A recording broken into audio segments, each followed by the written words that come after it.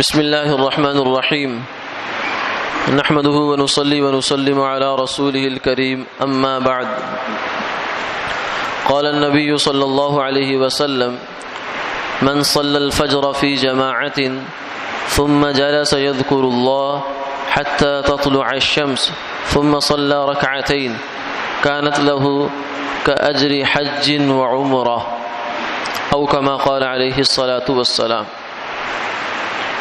حضور نبی کریم صلی اللہ علیہ وسلم نے ارشاد فرمایا کہ جس آدمی نے فجر کی نماز جماعت کے ساتھ پڑھی، پھر وہ بیٹھا اللہ کا ذکر کرتا رہا یہاں تک کہ سورج طلوع ہو گیا، پھر اس نے 2 رکعت نماز پڑھ لی، تو اس کا اجر ایسے ہے جیسے ایک حج اور عمرے کا اجر۔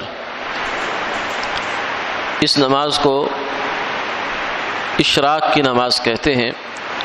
یہ نفل نماز ہے۔ نفل نمازوں کا اہتمام بھی کسی نہ کسی درجے میں ہونا چاہیے۔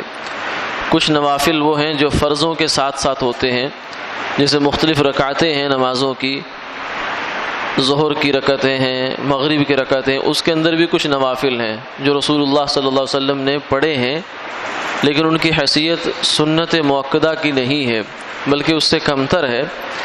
کوئی ساری زندگی نہ پڑھے تو کوئی گناہ نہیں ہے، لیکن پڑھ لے گا تو بہت ثواب کی بات ہے۔ ایک حدیث پاک میں آتا ہے کہ قیامت والے دن بندے کے جو نماز کا حساب ہوگا تو اس میں سب سے پہلے فرض پورے ہوں گے۔ اگر فرض پورے نہیں نکلے تو پھر یہ کہا جائے گا کہ دیکھو بندے کے پاس کوئی نفلیں ہیں یا نہیں۔ اگر نفلیں ہوئیں تو ان میں سے فرضوں کی کمی پوری کر دی جائے گی، اور اگر نفل بھی نہیں ہے تو پھر اس کا پھر معاملہ ذرا خطرے میں چلا جائے گا۔ تو اس لیے اپنے پاس نوافل کا ذخیرہ بھی رکھنا چاہیے۔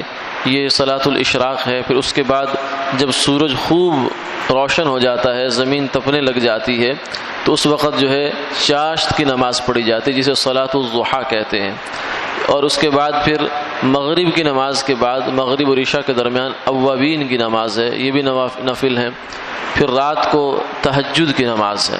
تو یہ چند نفل نمازیں ہیں جن کا بہت اجر ہے، ہر ایک کے اجر الگ الگ، بیان کی تفصیل کا موقع نہیں ہے۔ تو ان میں کم سے کم 2 رکعت، ان سب مواقع پر کم سے کم 2 رکعت تو بہرحال پڑھ لینی چاہیے، تاکہ اس نماز کے پڑھنے والوں میں انسان کا نام آ جائے۔ آج کا جو مسئلہ ہے وہ یہ ہے کہ جوا شریعت کی نظر میں بہت ناپسندیدہ چیز ہے۔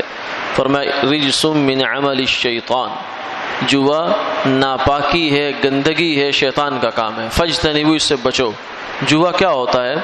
جوا ہوتا ہے ایک طرف سے مال لگا دینا یقیناً، اب نتیجہ یہ بھی ہو سکتا ہے کہ یہ مال ڈوب جائے، اور یہ بھی ہو سکتا ہے کہ اپنے سے زیادہ مال لے کر واپس آ جائے، یہ ہوتا ہے جوا۔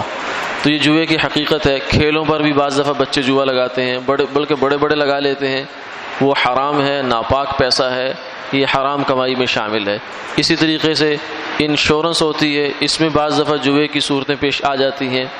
پھر جوئے کی یہ ایک صورتیں جو ہیں وہ یہ جو ہمارے ہاں انعامی بانڈز ہوتے ہیں، چھوٹے پرچی والے بانڈز ہوتے ہیں، یہ بھی جوئے ہی کی صورت ہوتی ہے۔ اس کی کمائی کرنا، اس کو بیچنا، اس کا نظم کرنا، یہ سب حرام میں آتا ہے، یہ حرام کمائی ہے، حلال کمائی نہیں۔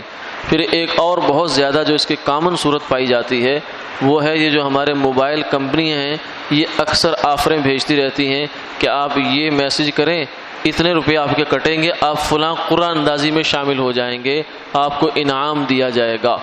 تو اس میسج کی جو قیمت ہے وہ تو کٹ گئی، وہ تو پیسے چلے گئے، اب نتیجتاً زیادہ پیسے بھی آ سکتے ہیں اور یہ بھی آپ کے ہاتھ سے جا سکتے ہیں۔ تو یہ بھی ایک جوئے کی صورت ہوتی ہے، اس سے بھی بچنا چاہیے، احتیاط کرنی چاہیے۔ ایسا نہ ہو کہ بے خبری میں ہم کو بہت بڑا گناہ کر بیٹھیں۔